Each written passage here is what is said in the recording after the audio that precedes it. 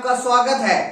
आज हम गेट 2007 के लीनियर अलजेब्रा के कुछ क्वेश्चन करेंगे। फर्स्ट क्वेश्चन क्या है? Consider the system of linear equation x plus y plus z equal to 3, x minus y minus z equal to 4 and x minus 5y plus kz equal to 6. Then the value of k which this system has an infinite number of a solution is. These are the options. एक non homogeneous system दिया गया है हमें, क्या है वो?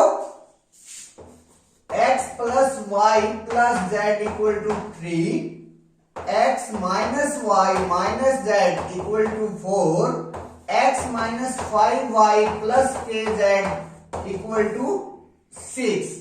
ये non homogeneous system है। अगर मैं इसकी मैट्रिक्स बनाऊं, मेरे पास मैट्रिक्स क्या बन जाएगी? 1 1 1 1 minus 1 minus 1 1 minus 5 k x y z equal to b क्या है मेरे पास? 3 4 6 3 4 6। ये मेरे पास क्या आ गई? नॉन होमोजेनियस सिस्टम आ गया। किस टाइप से? ax इक्वल टू b, जहां जो a है वो क्या है? Coefficient matrix.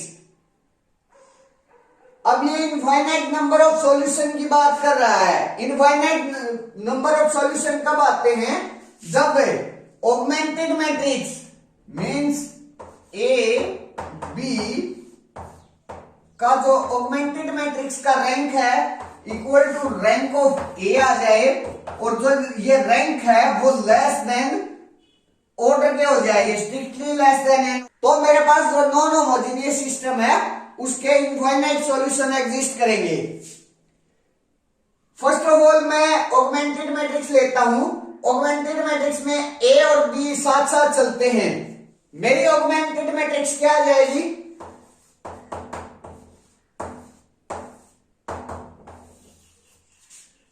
1 1 1 1 minus 1 minus 1 1 minus 5k।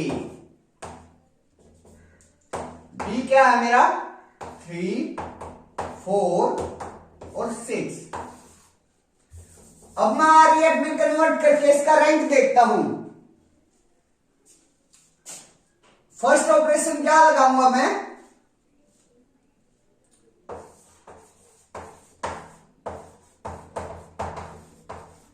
अगर मैं R2 पर ऑपरेशन लगाऊं, R2 माइनस R1 करूं, तो मेरी जो ये एंट्री है वो 0 हो जाएगी। आरएफ में ऐसे ही तो कन्वर्ट करते हैं। दूसरा ऑपरेशन क्या लगाऊं मैं? R3 पर लगाता हूं। अगर R3 से मैं R1 को माइनस करता हूं एंड R3 पर ऑपरेशन लगाया मैंने, R3 माइनस R1 ऑपरेट कीजिए।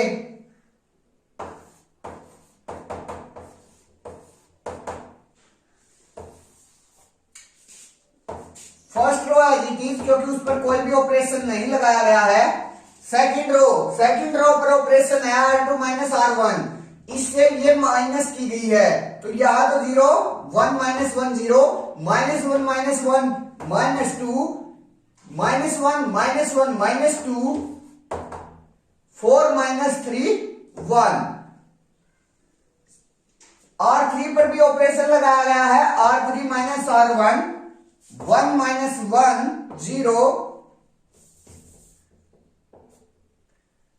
Minus 5 minus 1 minus 6 k minus 1 6 minus 3 ये आ गया मेरे पास। अब मैं आरएफ में कन्वर्ट करने के लिए इसको 0 करूंगा, इसको 0 करूंगा, तो फिर R3 पर एक और ऑपरेशन लगाएंगे। वो क्या लगाएंगे? R3 पर लगाते हैं तो R3 माइनस, अगर मैं यहां 3 से मल्टीप्लाई कर दूं और इससे माइनस कर दूं तो यहां 0 आ जाएगा मेरे पास। तो क्या आ गया, R3 माइनस 3R2 ऑपरेट करता हूं तो मेरे पास क्या आता है, फर्स्ट रो पर कोई ऑपरेशन नहीं, as it is, second row पर कोई ऑपरेशन नहीं, as it is, third row पर ऑपरेशन है। थर्ड रो पर क्या ऑपरेशन है, पहले R2 को 3 से मल्टीप्लाई करो, उसके बाद R3 माइनस 3R2 करो, तो 0 माइनस 0 0 आ जाएगा मेरे पास, -6 माइनस माइनस 6, तो -6 प्लस 6 क्या हो जाएगा, 0, k minus 1 plus 6, k plus 5, 3 minus 3 0, यह आ गया मेरे पास। अब rank of augmented matrix equal to rank of A भी होना चाहिए और स्ट्रिक्टली लेस देन 3 होना चाहिए जो रैंक है ए का। अगर रैंक ए का रैंक स्ट्रिक्टली लेस देन 3 होना चाहता है तो k प्लस 5 को क्या होना पड़ेगा, 0 होना पड़ेगा, k प्लस 5 को 0 होना पड़ेगा। यहां से मेरे पास k की क्या वैल्यू आ गई, -5। अगर मेरे पास ऑगमेंटेड मैट्रिक्स के इनफाइनाइट सॉल्यूशन होना चाहते हैं तो मेरे पास k को क्या होना पड़ेगा, -5। अगर k मेरा -5 है तो मेरे पास नॉन होमोजेनियस सिस्टम के इनफाइनाइट सॉल्यूशन मिल जाएंगे। मींस ऑप्शन ए राइट हो गया। यही ये पूछ रहा है कि k की किस वैल्यू के लिए मेरे पास इनफाइनाइट सॉल्यूशन एग्जिस्ट करेंगे। k की -5 वैल्यू के लिए मेरे पास इनफाइनाइट सॉल्यूशन एग्जिस्ट करेंगे। नेक्स्ट क्वेश्चन है question number 2, let a equal to 1 1 1 2 2 3 x y z and let v equal to x y z belonging to R cube such that determinant of a equal to 0, then the dimension of v equals। एक matrix दी गई है और उसके बाद एक v बनाया गया है R3 टप्पल, और फिर ये कह रहा है कि इस v में वो एलिमेंट्स हैं जो कि determinant of a equal to 0 से आएंगे। अगर मैं यहां मैट्रिक्स A का determinant of A equal to 0 put कर देता हूं और उसके बाद जो x y z की वैल्यू हमें मिलेगी, उसके बाद जो x y z पर हमें कंडीशन मिलेगी वो इस V के अंदर है। यहां कुछ स्टूडेंट्स को ये डाउट हो सकता है कि जो डिटरमिनेंट ऑफ A है वो हमारा वेक्टर स्पेस फॉर्म नहीं करता, लेकिन यहां डिटरमिनेंट ऑफ A के बारे में नहीं कह रहा है कि वो वेक्टर स्पेस फॉर्म करेगा। वो ये कह रहा है कि इन A जो x y z है वो R3 टप्पल से है, लेकिन जो डिटरमिनेंट ऑफ A है इन पर एक कंडीशन है कि जो यहां से निकल कर आएगी कंडीशन, वो कंडीशन क्या है कि जो इस मैट्रिक्स का डिटरमिनेंट है वो इक्वल टू 0 पुट कर दें और वहां से जो कंडीशन मेरे पास आएगी उस कंडीशन को सेटिस्फाई करते हुए x y z इस v के अंदर है। तो अब हमें इस v का डायमेंशन निकालना है। क्या होगा, वैसे तो सीधा सीधा दिख रहा है कि x y z पर सिर्फ एक ही कंडीशन आएगी, यहां से चाहे कुछ भी आए एक li कंडीशन आ जाएगी, और इसकी जो डायमेंशन होती है वो क्या होती है, dimension of subspace, dimension of vector space minus number of li restriction.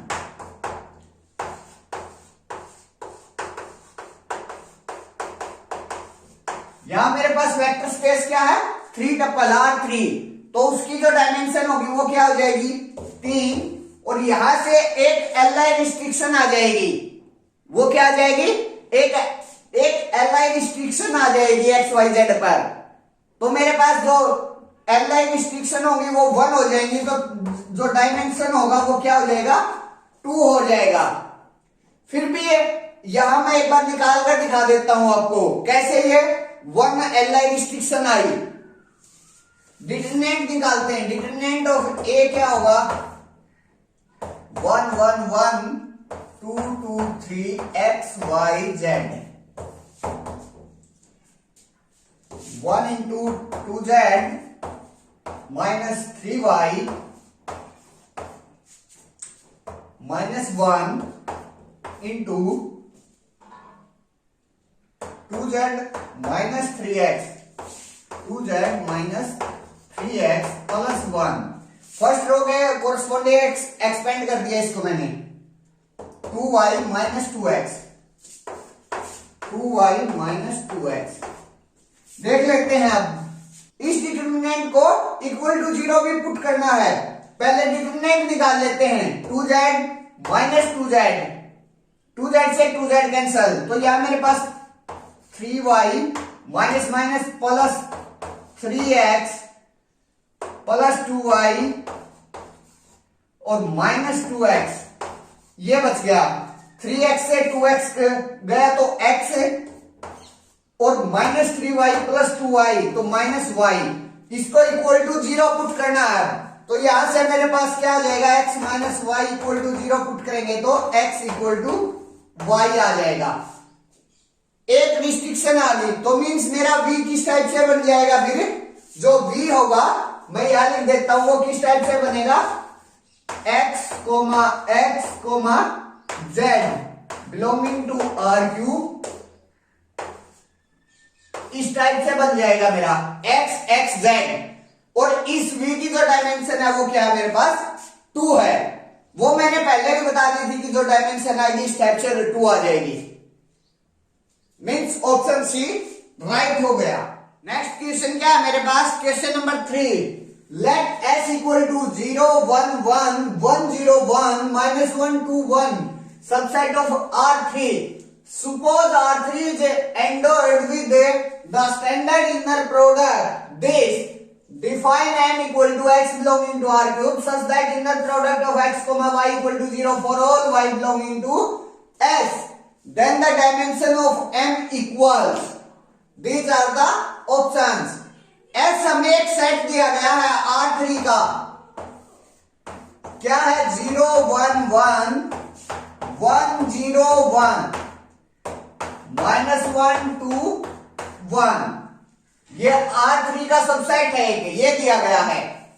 उसके बाद इनर प्रोडक्ट डिफाइन की गई है, वो इनर प्रोडक्ट m में यूज की गई है। अब हम सेट m को समझते हैं, क्या है मेरे पास, m में क्या है, m equal to x belonging to R3 such that inner product of x comma y equal to 0 for all y belonging to S। ये है मेरे पास x belonging to R3 के वो एलिमेंट्स जो inner product x comma y की equal to 0 दे दें हर y बिलोंगिंग टू S के लिए। जो भी y इसमें S सेट में प्रेजेंट होगा उसके लिए मेरे पास इस सेट में R3 के वो एलिमेंट आएंगे जो सेट S के साथ इनर प्रोडक्ट होकर 0 प्रोवाइड करते हैं। मींस सेट M में वो एलिमेंट आएंगे R3 के जो सेट S के साथ ऑर्थोगोनल प्रोजेक्शन देते हैं, ऑर्थोगोनल प्रोजेक्शन देते हैं। यही तो होता है, अगर कोई सेट S है और कोई सेट Y है, S और सेट S और सेट Y को हम ऑर्थोगोनल कब बोलेंगे, जब सेट S का हर एलिमेंट सेट Y के हर एलिमेंट के साथ इनर प्रोडक्ट इक्वल टू 0 देता है। वही तो ये कह रहा है, यहां जो M है वो सेट S का ऑर्थोगोनल कॉम्प्लीमेंट हो गया। सेट S के पास देख लेते हैं, जो सेट S है उसकी जो Li, उसकी जो डायमेंशन है वो क्या होती है। अगर हमें उसकी डायमेंशन पता चल गई तो हमें पता है कि जो डायमेंशन ऑफ V होती है वो dimension of W plus dimension of W orthogonal complement होती है। ये हमें पता है। हमें डायमेंशन ऑफ v पता है 3 है। हमें डायमेंशन ऑफ w पता, यहां से पता कर लेंगे हम। तो डायमेंशन ऑफ ऑर्थोगोनल कॉम्प्लीमेंट आ जाएगा मेरे पास। और वही ये पूछ रहा है कि जो सेट S है उसका ऑर्थोगोनल कॉम्प्लीमेंट का डायमेंशन क्या होगा। चेक कर लेते हैं। यहां से मैं S को चेक करता हूं, उसकी डायमेंशन कितनी है। अगर मैं सेट S के Li वेक्टर चेक कर लेता हूं तो मेरे पास उसकी सेट S की डायमेंशन आ जाएगी। और वही डायमेंशन फिर क्या हो जाएगी मेरे पास ये W की हो जाएगी। सेट S की डायमेंशन चेक करें। वेक्टर्स लिख लेते हैं मैट्रिक्स फॉर्म में। 0 1 1 1 0 1 -1 2 1। ये वेक्टर्स आ गए। अब मैं इसको आरएफ में कन्वर्ट कर लेता हूं और वहां से रैंक देख लेता हूं। जितना रैंक होगा वही एस की क्या हो जाएगी मेरे पास से डायमेंशन हो जाएगी। That's it. तो चेक करते हैं। अगर मैं पहले R1 और R2 को इंटरचेंज करूं तो मेरे पास क्या आ गया, R1 इंटरचेंज R2 1 0 1 0 1 1 0 1 1 -1 2 1 -1 2 1। अब R3 पर ऑपरेशन लगाते हैं। R3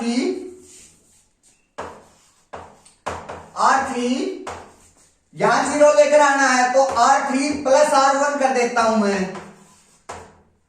तो मेरे पास क्या आ जाएगा 1 0 1। R3 पर ऑपरेशन है तो first and second row as it is 1 0 1 0 1 1। Add कीजिए -1 1 0 2 0 2 प्लस 0 2 1 प्लस 1 2। अब अगर मैं ऑपरेशन लगाऊं R3 पर R3 माइनस R2 तो मेरे पास यहां 0 आ जाएगा, बाकी मैट्रिक्स सेम रहेगी। तो मेरे पास जो इसकी डायमेंशन जो रैंक का है मैट्रिक्स का वो क्या आ गया 2। तो मेरे पास Li वेक्टर्स हैं किसके सेट S में, वो कितने हैं 2। मींस मेरे पास जो W की डायमेंशन है, डायमेंशन ऑफ W वो कितनी आ गई 2। डायमेंशन ऑफ W कॉम्प्लीमेंट निकालनी है। Dimension of W orthogonal complement निकालना है। तो वो क्या होती है डायमेंशन ऑफ V। यहां डायमेंशन ऑफ V कितना है 3, क्योंकि R3 से वेक्टर आ रहे हैं, माइनस डायमेंशन ऑफ W की डायमेंशन मैंने निकाल ली 2 आ गई। 3 - 2 इक्वल टू 1। यहां जब ऑर्थोगोनल कॉम्प्लीमेंट है उसकी डायमेंशन कितनी आ गई मेरे पास 1।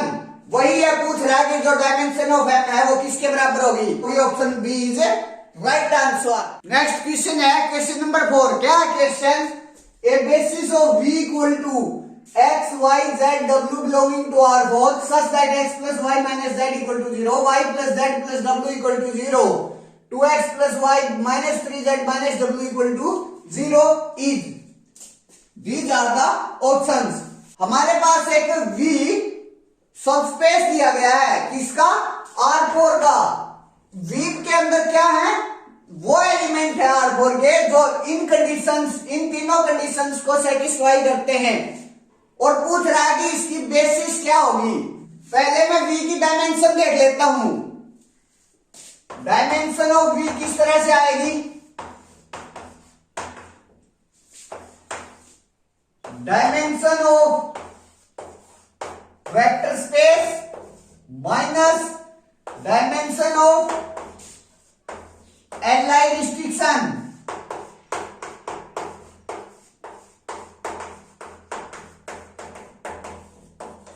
यहां मेरे पास डायमेंशन ऑफ वेक्टर स्पेस कितना है R4 से वेक्टर लिए गए हैं, तो डायमेंशन ऑफ वेक्टर स्पेस क्या हो गया मेरे पास 4 हो गया।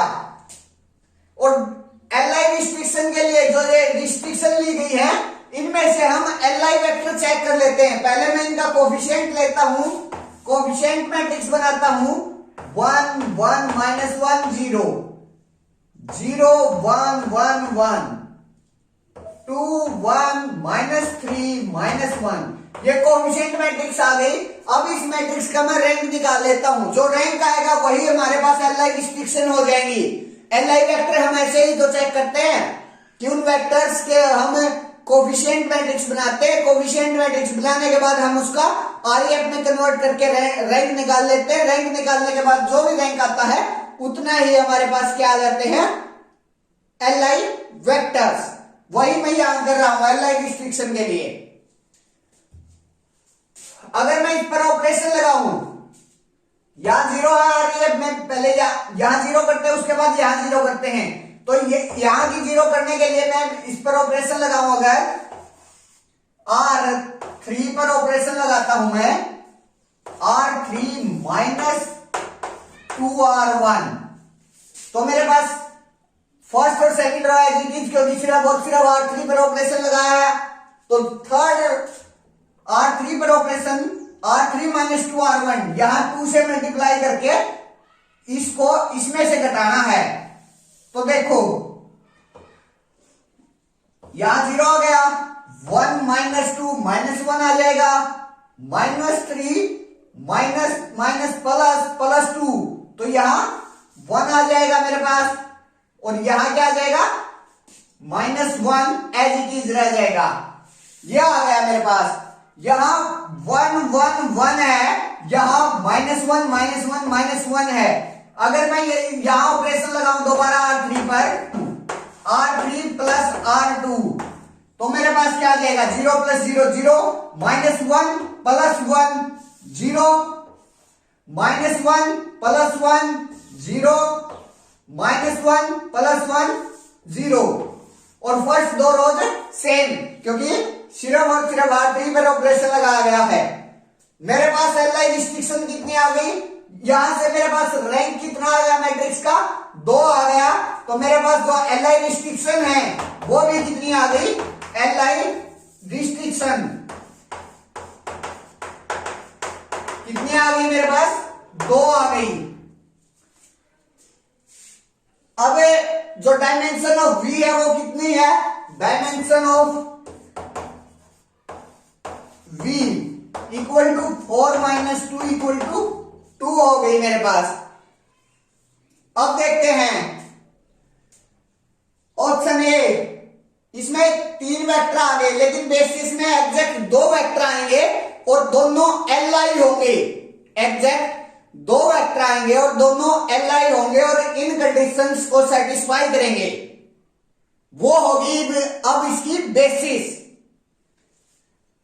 ए में हमारे पास 3 वेक्टर है, लेकिन हमें कितने चाहिए थे 2, क्योंकि डायमेंशन ऑफ V 2 है। ऑप्शन ए रॉन्ग हो गया। बी में सिर्फ और सिर्फ 1 वेक्टर है, लेकिन हमें कितने चाहिए थे बेसिस के लिए 2, तो ऑप्शन बी भी रॉन्ग हो गया, ऑप्शन सी भी रॉन्ग हो गया, इसमें भी 1 वेक्टर है। अब ऑप्शन डी पर बात करते हैं। ऑप्शन डी क्या है, 1 - 1 0 1 1 0 1 -1। अगर इसको आरईएफ में कन्वर्ट करूं तो इस R2 पर ऑपरेशन लगाऊं R2 - R1, तो मेरे पास क्या 0 को हो जाएगी 0 0 -1, तो यहां +1 और 1 -1 -2, ये मेरे पास एलआई वेक्टर्स तो हैं। अब ये देखता हूं जो ये वेक्टर्स हैं वो क्या इन कंडीशंस को मेरे को सेटिस्फाई कर रहे हैं या नहीं। अगर इन कंडीशंस को सेटिस्फाई कर रहे हैं तो ये बेसिस है, अदरवाइज ये क्वेश्चन ही रॉन्ग है। चेक करते हैं। फर्स्ट वेक्टर क्या मेरा 1 - 1 0 1, फर्स्ट कंडीशन में पुट कीजिए, x की जगह 1, y की जगह -1 है मेरे पास, -1, z की जगह 0 है मेरे पास, और इक्वल टू 0। क्या ये इक्वल टू 0 आ रहा है, हाँ इक्वल टू 0 आ रहा है, मीन्स फर्स्ट ये वाली कंडीशन इसने सेटिस्फाई कर दी। सेकंड कंडीशन, ये थर्ड कंडीशन को मैं छोड़ दूंगा क्योंकि सिर्फ दो ही एलआई रिस्ट्रिक्शन है। फर्स्ट और सेकंड कंडीशन अगर सेटिस्फाई होगी तो थर्ड कंडीशन अपने आप सेटिस्फाई हो जाएगी। सेकंड कंडीशन देखते हैं अब। 1 -1 0 1 है, y की जगह x की जगह क्या है, वहां x है ही नहीं, y की जगह क्या पुट करना है, -1, z की जगह 0 और w की जगह +1। क्या ये इक्वल टू 0 आ रहा है? हाँ, इक्वल टू 0 आ रहा है। मीन सेकंड कंडीशन भी सेटिस्फाई। फर्स्ट तो मेरे पास है बेसिस का एलिमेंट है। अब सेकंड, सिमिलरली हम सेकंड वेक्टर को चेक करेंगे। 1 0 1 -1 को x की जगह 1 पुट कीजिए, y की जगह 0 और z की जगह अगेन 1 है, -1 इक्वल टू, क्या ये 0 आ रहा है? हाँ, 0 आ रहा है। फर्स्ट कंडीशन सेकंड वेक्टर ने सेटिस्फाई कर दी। अब सेकंड कंडीशन देखते हैं।